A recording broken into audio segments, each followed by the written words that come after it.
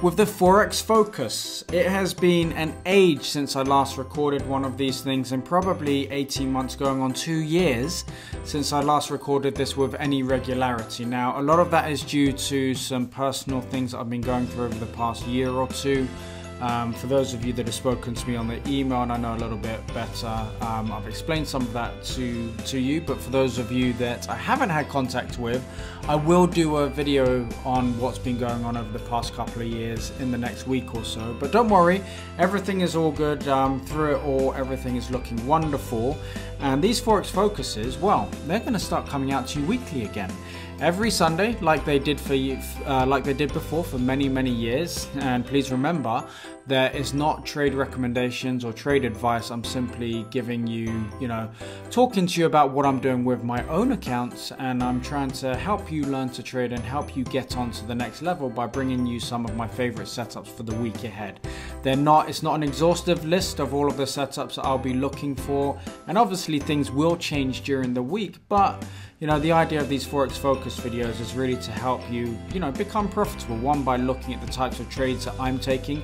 Yes, you can take them as well yourself, but you have to do your own analysis once you've looked at mine to see whether the trade is right for you or not. Anyway, as the weeks progress, I'm sure we'll get to know each other a lot more like we did before my extended absence there.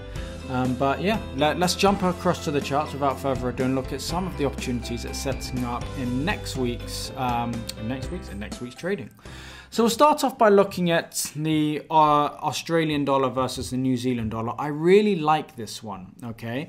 And the reason that I really like it is for a number of reasons. One, if we take a look at this on the daily chart, it's broken beneath a significant level of support at the 1.0500. So we've got,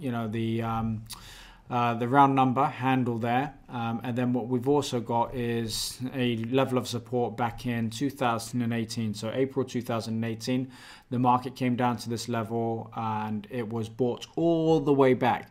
Then the market sold back down to that level recently. It's kind of been playing with that. So it sold through it, broke back above, sold through it, broke back above, which you could say kind of invalidates the level, perhaps. But then with the more recent price action, we can see that on the 1 hour chart, the market, when it sold off from the highs up here, which was a previous level of support on the daily chart back in June 2018, it used this level over here as an opportunity to have a little bounce from, and then it sold through it, and now we're pulling back to that level. And we have a very nice pullback, which I'm looking at on the 15-minute chart here. So if we look at this on the 15-minute chart, I explained this to some of my community the other day. What we're looking for in terms of a pullback isn't just the market literally, it sells off like that, nice bit of price action, and then literally just goes back up like that. That's not the sort of thing that you're looking for in a pullback. When you're looking for a trend line break, you're looking for this sort of price action. You want the market to give you plenty of touch points, okay, like you see here, before it breaks down, because then when it eventually does break that level, it's shown you previously that it is taking notice of that level, so it just is that little bit more meaningful when you get that break, okay? So market coming through here, breaking through this level is what we want to see going into this week's trading and hopefully tomorrow's trading. Okay, so that's a very strong setup that I'm looking at there. In terms of the stop loss, I'm not sure I'll place a stop loss directly behind the level here. Looking at the price action, looking at the context on the 4 hour chart and the daily chart, ultimately it looks like a trade that we could potentially look to build into. So more on this in next week's video if we come across that scenario. So at the moment, I'm going to have a mental stop loss and see how it plays out. The other opportunity I'm looking at is the Euro Aussie. So if we take a look at the Euro Aussie here, and let's put the context around the trade, because that's also always very important. Look at the Euro Aussie. It's kind of broken a trend line there, which is nice to see. The market has obviously sold through it with some momentum. What we would like to see here, okay, is we would like to see the market. Let me just zoom out there so you can see what we're looking at here. What we would like to see is for the market to give us a little bit of more momentum to the downside and then pull back into our moving averages, all right, being the 200, the 100, the 55, and the 25 exponential moving averages. Pull back into those moving averages on the 1 hour chart, I would say, after the momentum, and then give us a sell-off from that. And I don't anticipate that this will necessarily set up tomorrow. I think it might be more towards the middle of the week, but that's what I'm looking for. But I do want to see some momentum, some more momentum in this particular pair here before the pullback. If it just pulls back from here, then it's not really showing me very much, and I would actually scrap that trade and not, not take the short. So we need to see more momentum here going into tonight's Asian session and Monday morning session before we get the pullback in order to warrant an opportunity there. The pound Aussie, I like the look of this. We've got a previous level of resistance, which you can see here on the daily chart. You can see that the moving averages, all right, are lined up very, very nicely. And if you don't know what I'm talking about here, I recently, last month or so, I did a webinar for FX Street where I posted onto YouTube as well, which was the video of that, explaining how I use these moving averages. It's a very, very effective way of using them.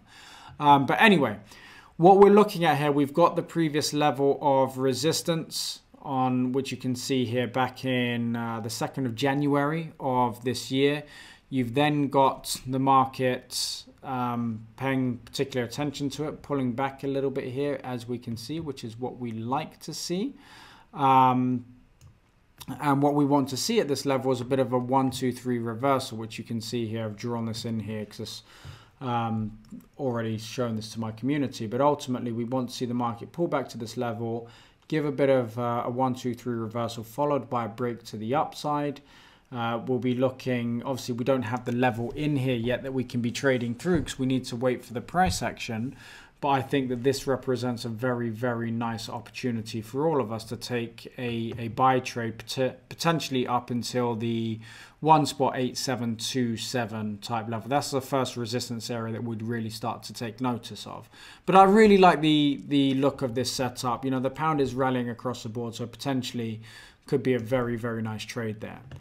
And then finally, the dollar CAD. We actually took this short last week, but I think there could be some further opportunities here on a bit of a pullback. So if we get some consolidation in the dollar CAD here, something like this on the 1 hour chart, pulling back into the moving averages and then giving us a sell, I think we could get a very nice trade there. So good opportunity to sell the dollar CAD. We can see that we've got a load of momentum here. Look at this. We went from 1.3620 down to 1.3177. So you're looking at about 450 pip move in all of 4 or 5 days. We then spent the last 2 weeks with the pullback. We've been monitoring this very, very closely. We got the sell-off last week, and I think this just continues. Okay, so when we get the pullback into the moving averages, I'm going to be a seller all day long. Okay, so that wraps up this week's Forex Focus. I hope you've enjoyed it. I hope you're going to look forward to the sessions coming up. Like I said, it's been a really difficult year for me, or difficult 18 months with some of the stuff that's been going on from a personal perspective, and that's the reason that I haven't been able to post with any regularity. But that is all going to change. You're going to see many, many more of these videos coming up. Along with trade ideas, along with some of the other things that I've been doing. So, apologies for the break, but I hope you can all forgive me, and I hope you can get on board and really turn this into a vibrant community again, and let's get those videos going. Okay, take care now and have a fantastic week in the markets.